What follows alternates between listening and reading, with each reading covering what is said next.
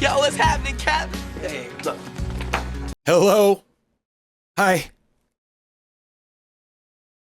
Hi. Yeah. Hi. Hey. How you doing?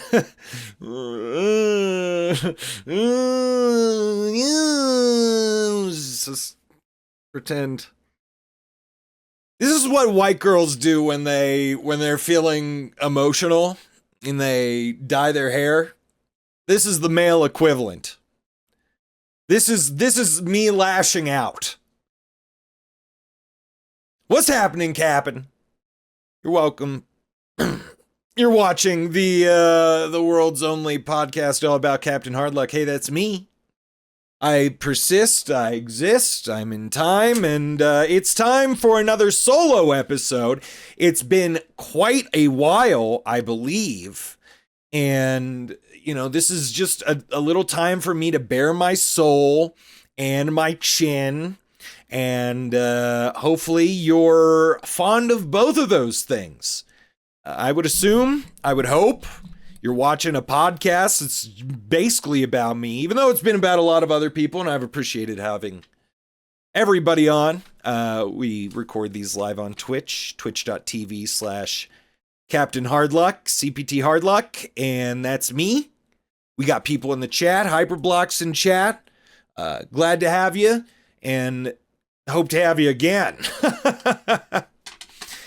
But yeah, basically, I think it's a ritual. I think it's something people do while they're going through changes, and you know, there's an episode of Community, like John Goodman's on Community for a little bit, and then they kill off his character, and he starts off and he looks kind of like normal John Goodman, and then eventually towards the end of his thing there, he's got like this long ponytail and a goatee, and at one point he asks for somebody not to watch him crawl away. That's the only way he can get away. Not to watch him crawl away because he's self-conscious and that he's going through some stuff. And I think, yeah, you know, when you make these changes in your appearance, you generally, you know, you're the outside and the inside, and there's a whole peanut butter jelly sandwich going on over there. So, you know, whatever, you like it, you don't like it, you want to see it, you know, you don't want to see it, well, here we are. There's only the here and now, so we gotta deal with that. So it's about renewal, right? And renewal in the face of the passage of linear time, probably helpful anthropologically, just for the average human, right? So it's my birthday coming up. 37 stings more than 30 did. That's for sure. And I think it'll come again at 40. But I'm okay. So I have like lost a lot of weight, I think. And I believe it was deliberate. I made some very conscious decisions and lost the weight. I just don't eat as much. And at the bad times, which is the morning and at night, which is the best times of the day to eat, of course. Yes, you want to wake up in the morning, you want to pour yourself a big bowl of cereal and stuff yourself full? No, you don't do that. You continue the fast until lunch. Do a lunch, do a dinner, don't eat after 7, go to bed at midnight. That's the regimen, boys and girls. That's it. You don't really have to calorie count as much, as long as, like, your life doesn't consist of just sitting down, you know? Which I know that's a I guess I do know somebody who's like that.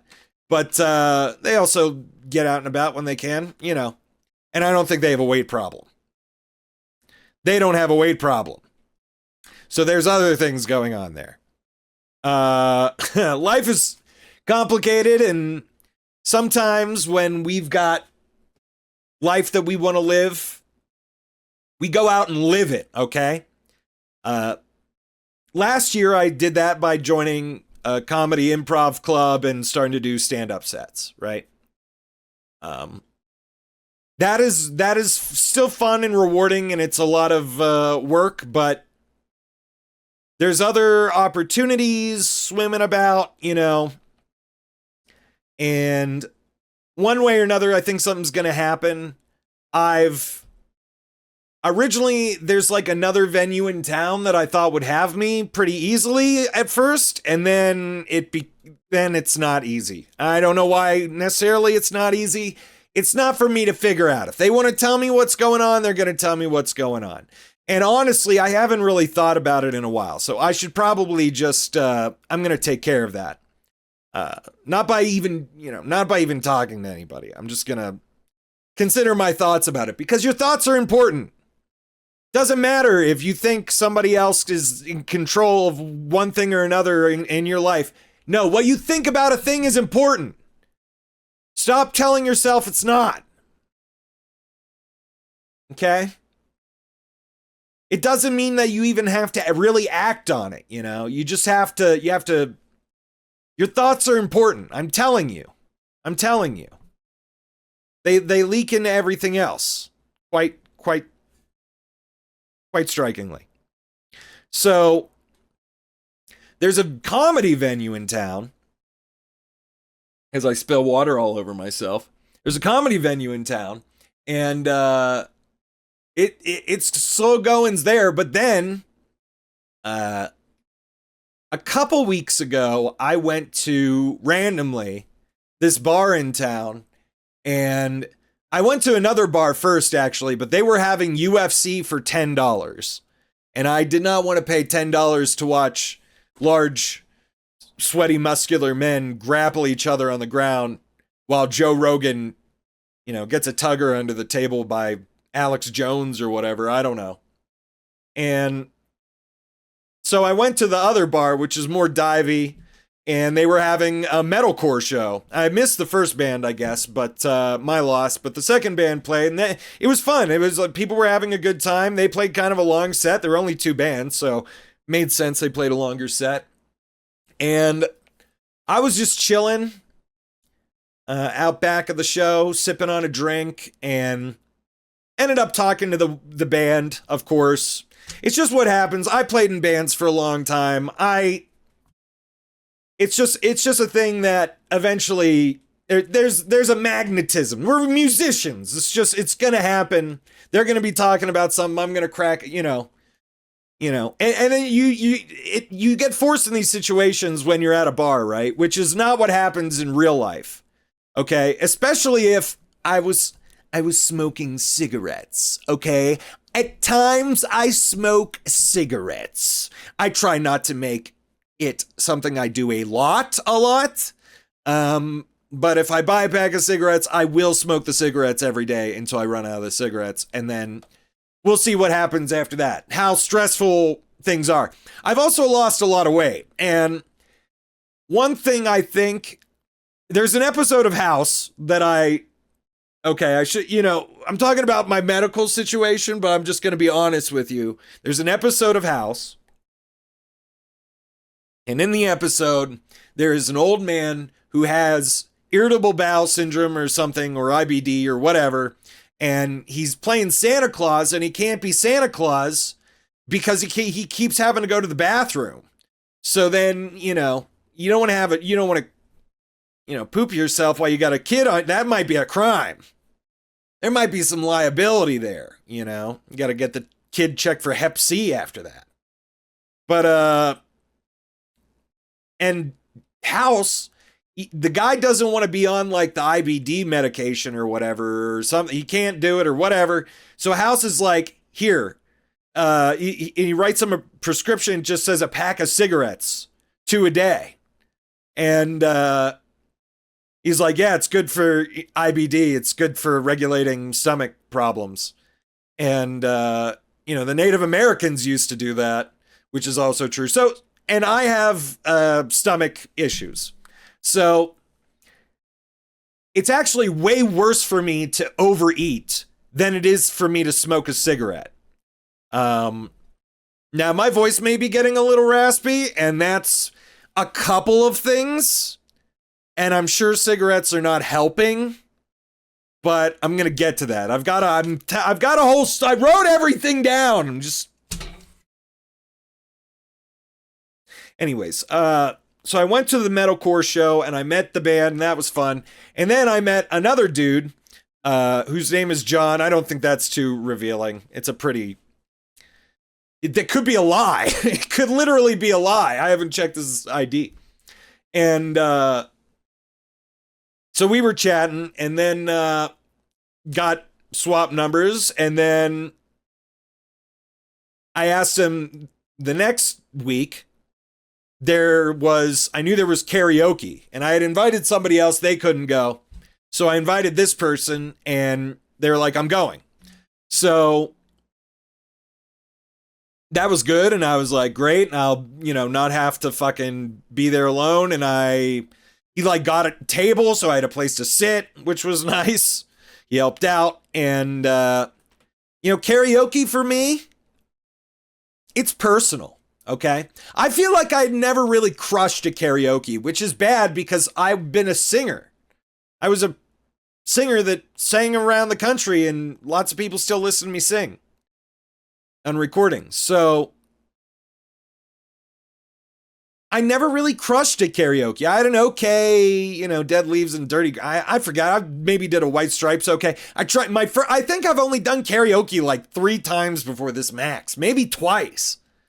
And first time I tried to do Steely Dan and it went bad. And I was like alone and it was bad, So I just kind of left after that. But I'm at this karaoke and I know what I'm going to do.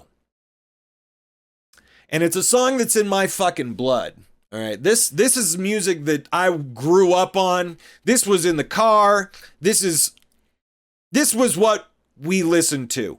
And it's familial. It's baked into our fucking lineage now. The Police, Roxanne. Now, I don't know if you know much about The Police, Roxanne, but it's a bit of a doozy. It's got some doozier parts in it, and I've been sampling different Sting songs because I've been looking for more of his music to sing. And Roxanne is definitely one of the harder songs. Now, I picked another song recently, and I'll get into this. That's harder, but it's not as hard on my body. There were a couple things that I thought were harder than they were, and I just needed to flex that out. If it does sound like my voice is dying, it's because I have been singing too much. I've definitely been singing too much. I'm not resting my voice. All I'm doing is training it every day. And I'm hitting more and more songs. And I'm hitting crazier notes and longer notes. And I'm just going all out for it. And I'm over stressing the muscle for sure. And I don't know how bad doing this is for it. But talking can't be as bad as... Put on the red light! Put on the red light! And that's pretty bad. I'm pretty raspy right now. But imagine doing it. If you know anything about Roxanne, the end of it is just that for like a solid minute. The actual song itself should have been like 2.5 minutes, but they're like, we got 3 at least, guys. It's just like, put on the red light again and again and again. Not the most complicated song in the world. But it's still a doozy, and nobody saw it coming. Roxanne, you don't have to put on the red light. Those days are over. You don't have to say about it to the night. Roxanne. I might get a music strike if I keep it up. And that might have been pretty bad. My voice is pretty tore up. I'm pretty glad that the next karaoke I'm doing isn't for another 2 weeks.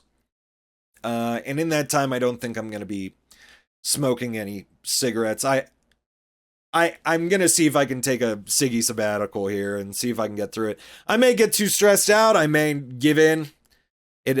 Whatever happens, but anyways. I hit that T. I'm going to see if I can do some songs once a day, but depending on where I'm at, because I've been able to like get through it at certain times of the day. with tea and honey, but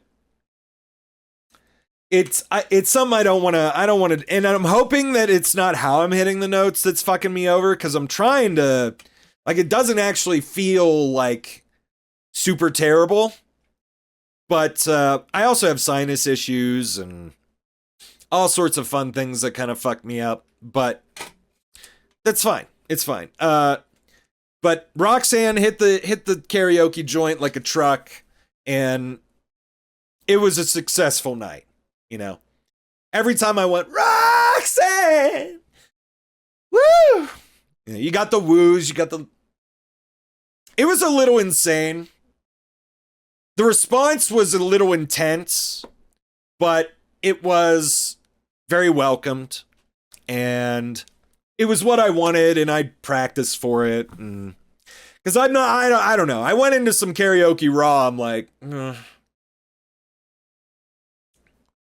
I don't know.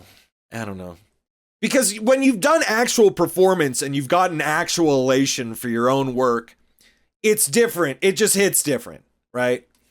And then I've always been kind of, do I want to do a cover? Covers are, if I'm not doing it in some way different or better than the original, it almost feels like a waste as a musician. So I do some things differently. My voice has a different tonal quality than Sting, but I hit his range pretty good until I go, ah. But even he does it. He like yelps his way. So put away your makeup.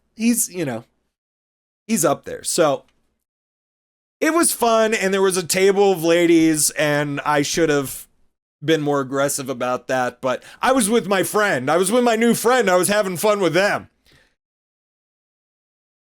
But then, and I hesitate to talk about this, but this is too silly. And if anybody I don't want to sees this, let me know. Tell me you're watching. Let me know so I can at least be prepared mentally and physically for when you go, oh, I heard about what happened at karaoke. Because it was silly. I knew that I had caught the eye of this one lady, and she wasn't unattractive. But I didn't realize until I went out to smoke a cigarette with my friend immediately after doing Roxanne, walk out, like these girls are shaking my hand or something. It's like, give me a hug. No, I didn't say that, but soon got my hug. I go outside, and I kind of knew that one lady was flirting with. I'm telling the story a little out of order. Before I sang Roxanne, I was sitting by myself. A friend had gone out to smoke a cigarette by himself. I saw the lady walking across. I caught her eye, but then she went out. He came back in. I asked him, did that lady flirt with you?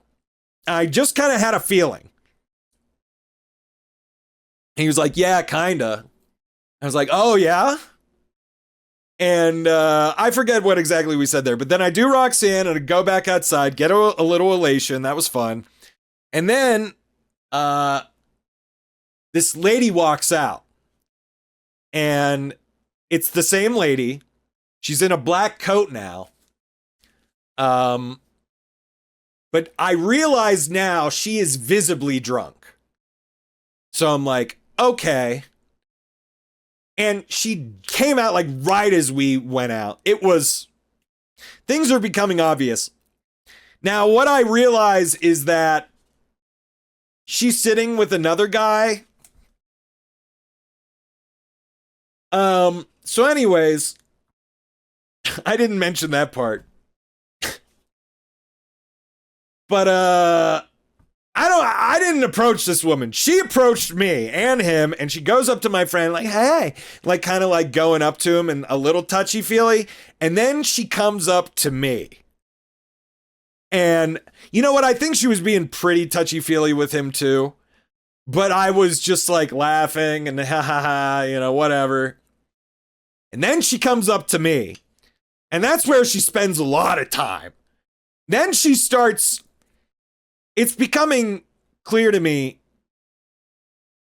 what's going on here and how hilarious it is. But also, I'm a man who hasn't been complimented by a woman so vehemently, maybe ever in my life. And I feel bad. And then she's eventually like, I'm a grandma. I'm like, really? And she's like, I'm 42. And I'm like, I'm about to turn 37. You're only like 5 years older than me. So are you... At this point, I'm in a weird place. Mid-30s is a weird place. Because I feel like late 20s and early 40s are such different mindsets. And I'm not saying I wouldn't be with a woman who's in her mid-30s, but you reach this point where your age range is like 20 years from yours. You're in the middle, right? And within 10 one way or the other. You know, mid-20s woman, mid-40s woman, I would say both are within range for me. But either way. But the compliments this woman was giving me, unturned downable. And then I squeezed her for a hug.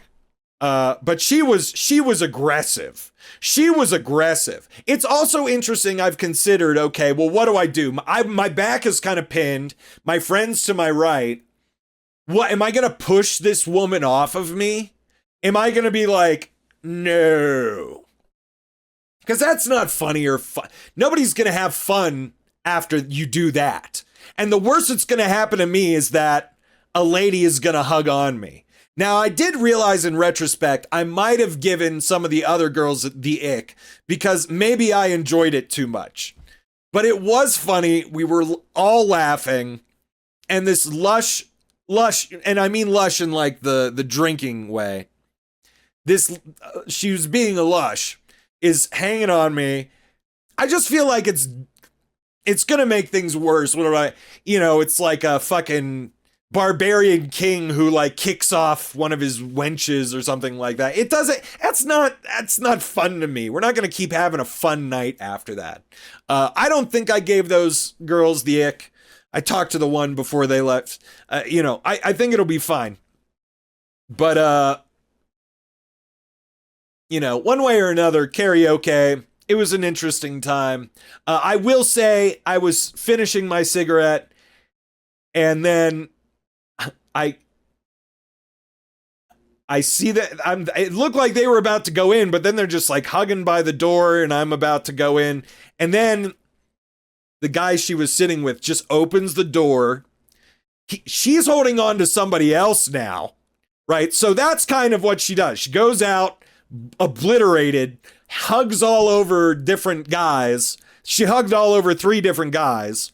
And then her man comes out, literally stares her down, and she just like promptly walks back. And I guess, maybe there's a yo-yo action going there. Maybe she gets hers. I don't know. I don't know how it goes. But I do not want to get shot outside of a bar. I hope that doesn't happen. Thankfully, my new acquaintance friend, whatever, he's even taller than me. So I guess if we have to go down and do the bar brawl, hopefully it'll be deterred by a couple of big dudes. So nobody wants that problem. I don't. So all in all, it was a good night. I was tempted to do another song, but I hadn't practiced anything. And that's what I realized is that if I'm going to do karaoke, I need it to be fucking tight. I need to be able to hit the notes the way I want to hit the notes, at least 90% of them, because you do get some forgiveness for being drunk or whatever. So you drink. That's why you have to drink at karaoke. So there's always plausible deniability on why you're so bad. But so my birthday's on the 30th, and the intention right now is to, on the next karaoke before that, do 3 songs. The 2 new songs that are being added on top of Roxanne: Every Little Thing She Does Is Magic and Josie by Steely Dan. Now, Every Little Thing She Does Is Magic is a more difficult song because of the structure. There's actually, Roxanne only has 2 verses and then a chorus that goes on for a minute at the end. Every Little Thing She Does Is Magic. I mean, there's a lot of phrasing stuff, and I choose to ignore a lot of it because I want to hit it my way and not, I don't know, crooning like Sting. He can do it. He pulls it off better than me. I think I sound better on the beat, generally. So, but that song is complicated. It's got higher parts. I don't think it has as high a parts as Roxanne. But away you make up. Yeah, my singing voice is pretty much done. I've also had to be sinus rinsing and all sorts of shit. And honestly, I probably shouldn't sing tomorrow. We're going to see how it feels. I'm going to see if I can get some notes out.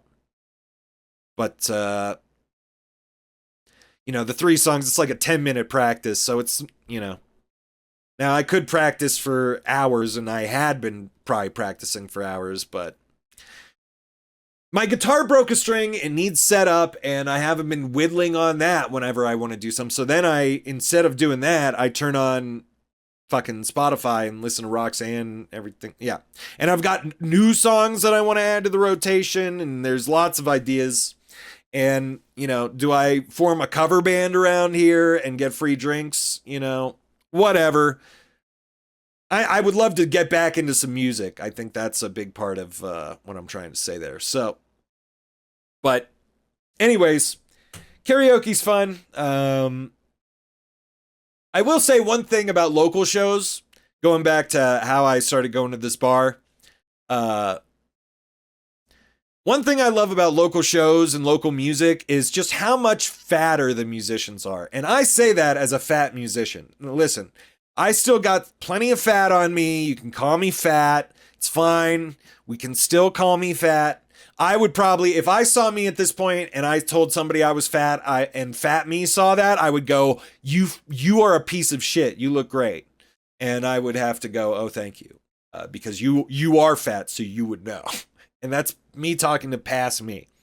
But I love how fat the local musicians are. And I think that's a great way. It was a great way for us to get girls and stick out and, show our competence, We may not be competent at our dietary needs.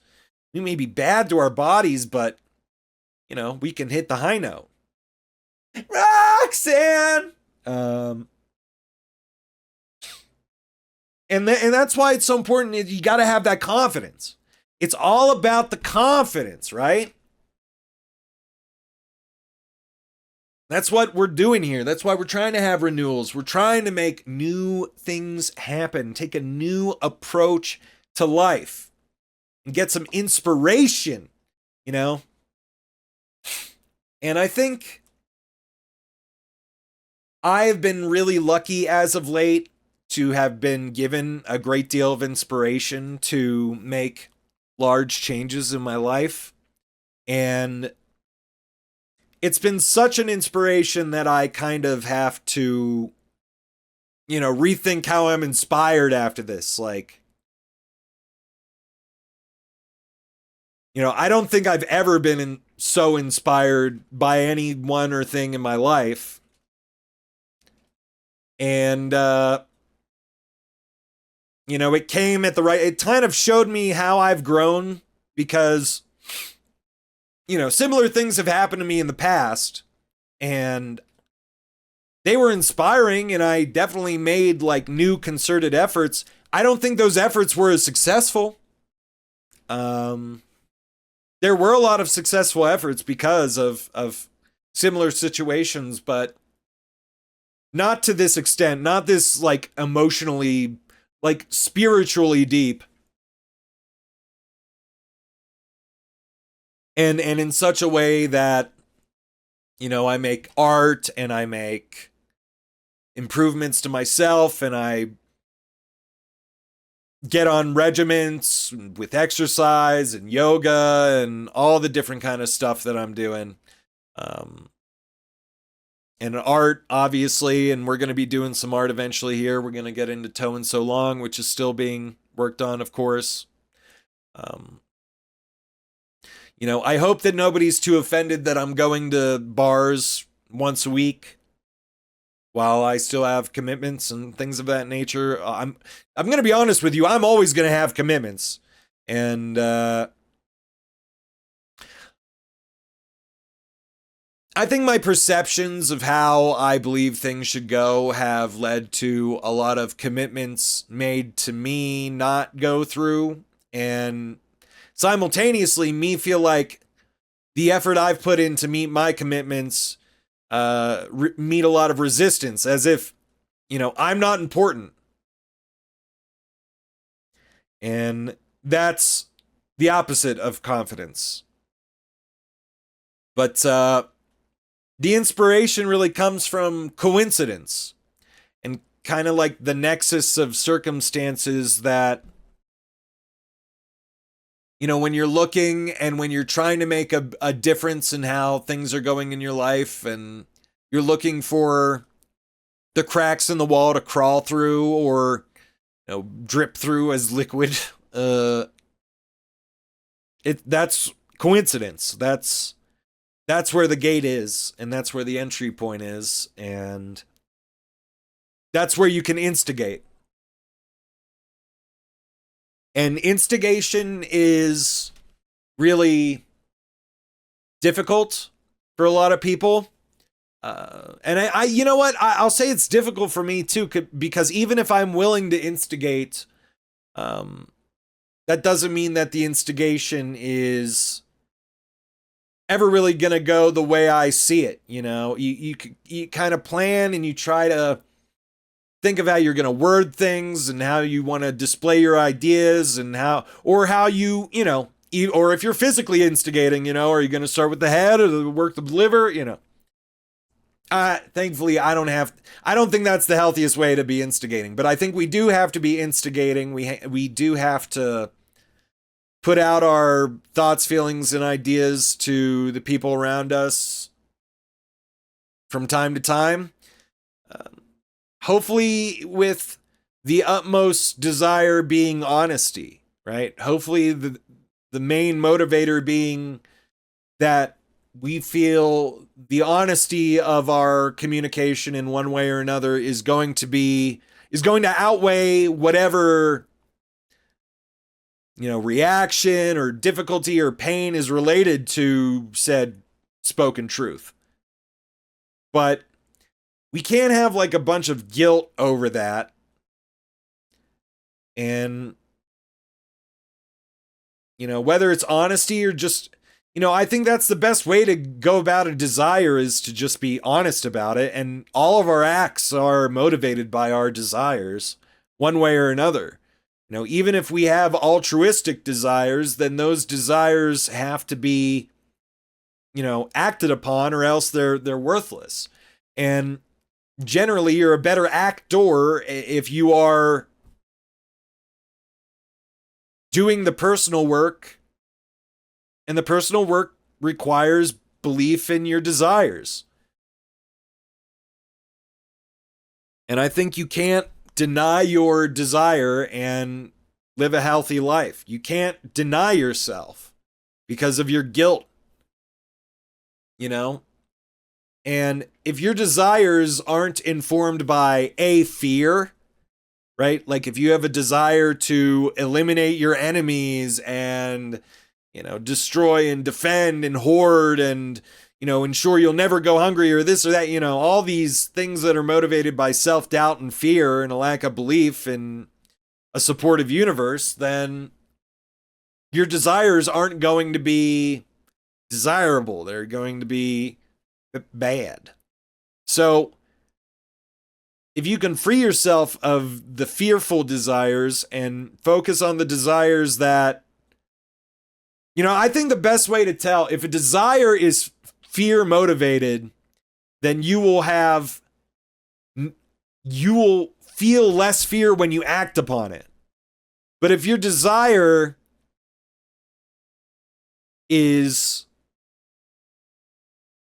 not motivated by fear, and I'm not sure if this is true, if your desire is not motivated by fear, then you might actually feel fear and resistance when you're about to do it. You know, I don't know. I feel like the people who like kill other people, if they feel fear, I feel like it's more like stage fright than it is of the consequence, or like, you know, because the elation of fear and self-doubt that they receive in exchange for doing this act, which you can't act on your fears, you have to do a fearful act. Is that? It's like, what is an act motivated by fear? Is that different than a fearful act?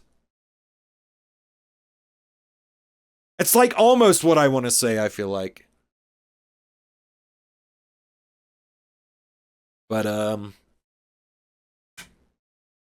I also believe in this is, well, however I say this will be the result of the belief I have, that, you know, what we do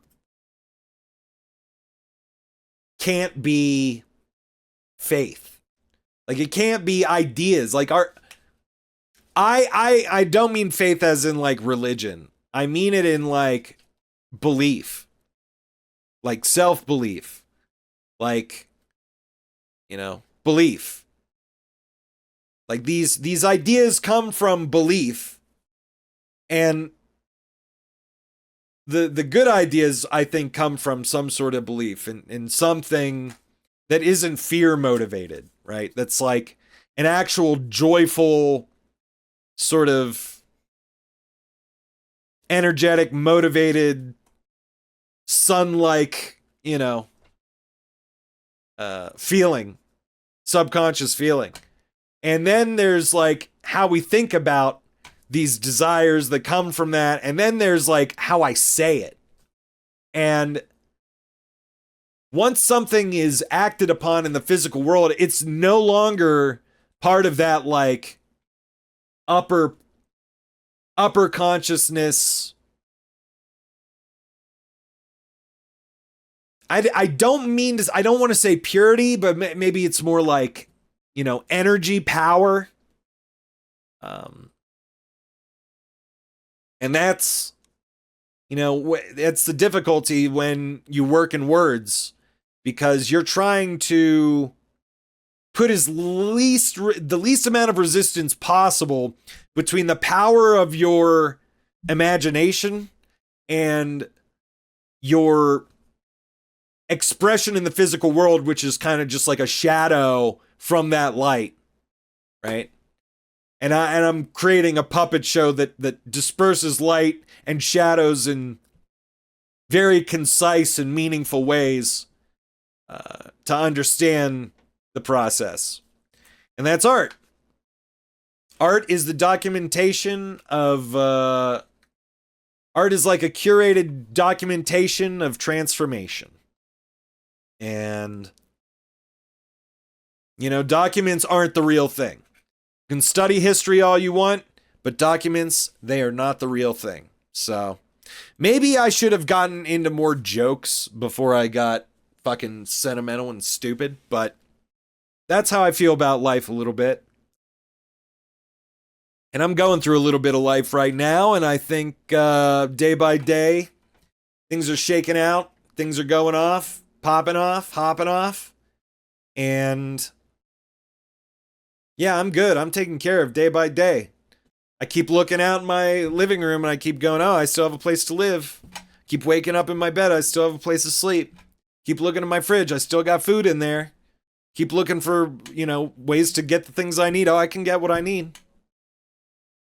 I don't need anything to create anymore. That's like the most beautiful part of my existence right now, is that I have this space that is just blessed. I have this like super blessed space and it's holy. It's like holy in a lot of ways. I don't dust it like it's holy, but I say it is. I gotta dust more. That's for sure. But I'm dusting more and more all the time. Every day we're getting dusty. So that's how I like it. But yeah, I think I'm really just I'm really just looking for my wife. I'm just looking for my wife. Hey, have you guys seen my wife out there? Hey, why don't you let her know I miss her and she needs to come home? Hey, have you guys seen my wife? You know, the beautiful one. Yeah, my wife. You know, I don't know. I should have figured out a better way to get, I actually wrote like a lot of jokes and shit. And, you know, yoga, I've been doing yoga, and yoga, I'd say it's about clearing your mind, right? That you get that clarity of mind, and it's mindfulness, right? You're observing your thoughts, you're letting them go. As you perform these, you know, different poses, and you focus on your form and activating your body and untangling your muscles and bones. But problem for me is when the thought is accompanied with a deadline, and I've already observed and let that thing go like 6 times. I'm running late. I got to take care of this. Turns out I'm not procrastinating. I'm just an extremely mindful person. I let that shit go. Whew, into the ether. Let it go. Like that cold bitch. That cold Disney bitch.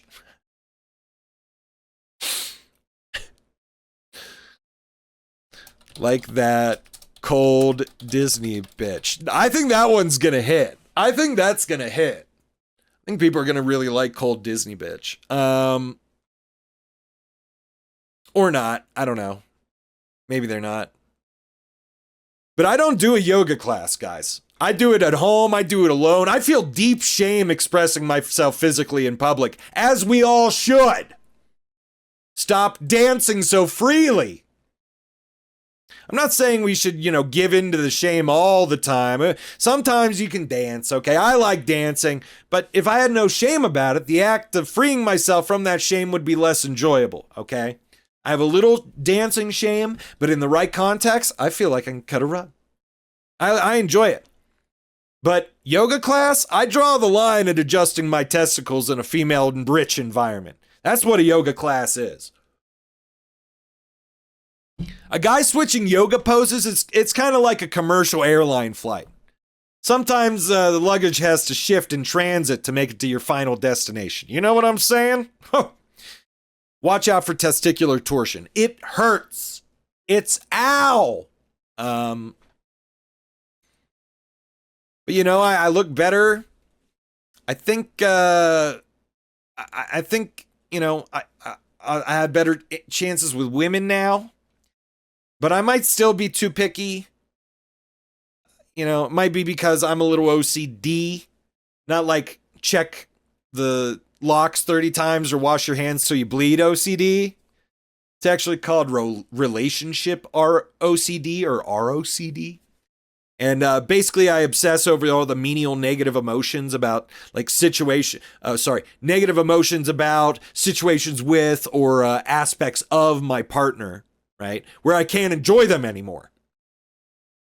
That's fun. That's actually a really fun part of relationships for me, where I obsess over every negative thing about them and have a hard time enjoying them. And myself. There's a lot of self-doubt in that too. So I'll end up thinking like I'm not good enough for this person, but then I'm even like, if I'm not good enough for this person and I'm focusing so hard on their negative things, then it just becomes like this insane cycle of garbage, which I'm feeling a little bit better about these days, but it's not easy. Okay. It's like I can overcome with comfortability, but even then it's hard. Like, so that's why I'm picky, right? That's why I shoot high, right? And I develop all these other competencies so I can look competent. And I make them laugh, right? So, first off, this is insane, but what I just recently realized, one of my female requirements is that she has to be highly competent in at least 3 artistic disciplines. It is the most aristocratic bourgeoisie thing about me. I just realized this is why I'm a class traitor. I grew up in poverty. I have no business asking for the. Who do I think I am? Who the fuck do I think I am? The Duke of Cornwall? What do I get? I get an aristocratic bit. Is she trained? Is she trained in the arts? Let me read her poetry. Oh! Listen, but that's every woman I've ever loved has been highly trained in at least 3 artistic disciplines. Listen, some people are into polyamory. I'm into polymaths, all right? I need me a Renaissance woman. Maybe a redhead. maybe a redhead as well. But, I'm not that picky. That's more of a preference. The artistic disciplines thing? No. I can't actually. I know it rules out like most of humanity, right? And it's not like I'm not attracted to other forms of people. This is just me being like, oh, I know what I need. I know what I need from you, and I need you to be able to paint, act, and, do poetry, like I said. Like, I know, I'm also not counting, like, tradwife crafts here. Okay, your live, laugh, love vinyl stickers and ornate flower decorations. That's not cutting it for me, okay? My mother did flower arrangements professionally, and she could still draw, sing, and act. Don't read too much into this. All right? Blame my father. This is my father's fault. He picked her. He's the pick. That's why I have my genetic pickiness. Stop. Let's move on. I don't need to talk about that. It's not to say I'm not attracted to other forms of women. Okay, I could be attracted to a trad wife. I could be attracted to, I could totally see myself having a lurid affair with a librarian. Okay? I could totally see myself making passionate love in the anthropology section. She lets out a quiet moan. I just press my finger up against her lips and go, shh. That's the ultimate role reversal right there. Oh, baby. I think I pleased the audience with that. That was your ASMR for the pod. But I am actually fairly certain that was inspired by a real life affair that my middle school librarian had with the assistant principal. Okay? Firstly, this woman, she was attractive enough. She could have gotten the principal. She could have gotten the superintendent, I think. She could have gotten, but I don't think middle school librarian, we're not talking high achievers here. She's not shooting for the moon. Her confidence levels were low. And he was fat too. He was fat too. I wonder if he was funny. Maybe people thought he was funny. Maybe he was just charming. I don't know. The kids used to say that it looked like he was turning off porn as soon as you walked into his office. People were pretty confident that's what happened. But she just tended to settle for less. Maybe that's why I loved her. I did love her. And sometimes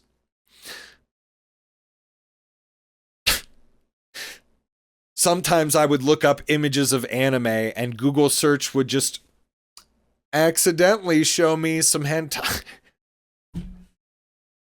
And I would go up to her and I would say, I accidentally saw hentai.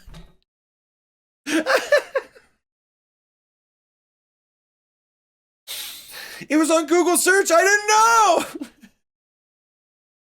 Okay, Jake.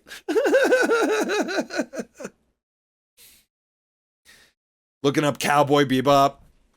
All right. Well, you know. I wonder how I look. I can't wait to watch this footage. I can't wait to watch this fucking footage. I will say, I'll end off with this story, okay? I saw this comedian with Tourette's on TikTok. And he was genuinely fun. He was actually pretty funny.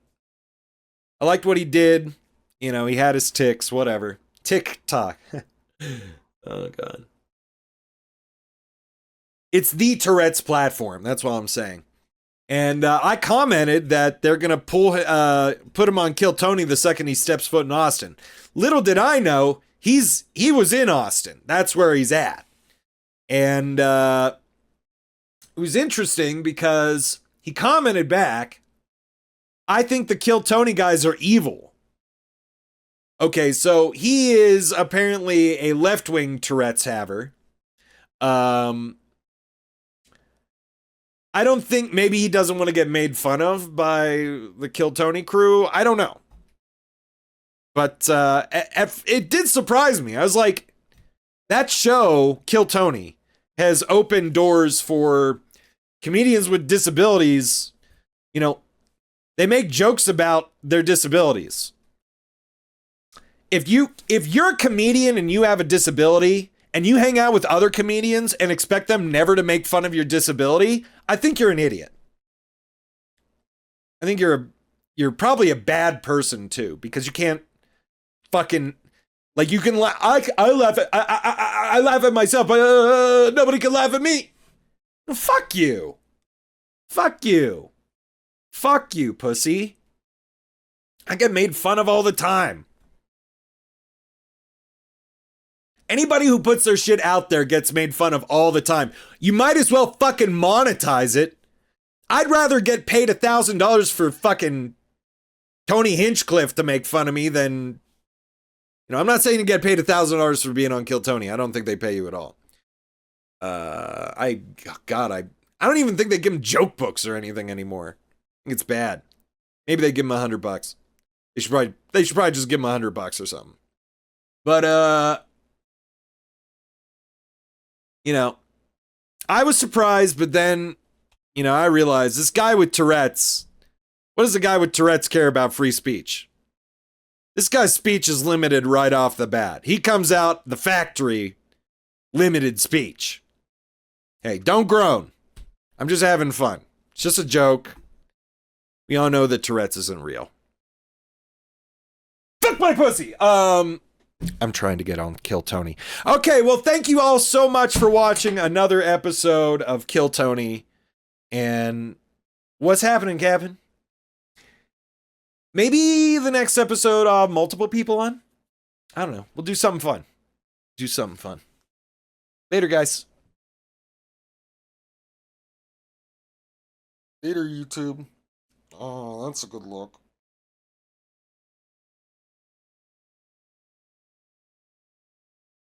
Yeah, I'm still chubby looking. This isn't a good look. My profile's not a good look. I look much better here. And then, even then, it can be rough. I don't know. I'm getting old and I'm staring at my face and I'm thinking, why did I shave?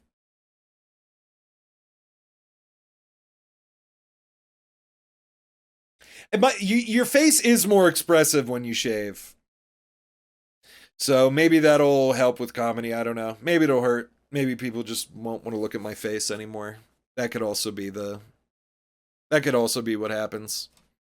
Also, like, my monitors don't have great color in them. I look super gray. I don't look so gray on my phone. You guys want to listen to me talk about how I look for a while? I could do that for a while. I could do that for like another hour.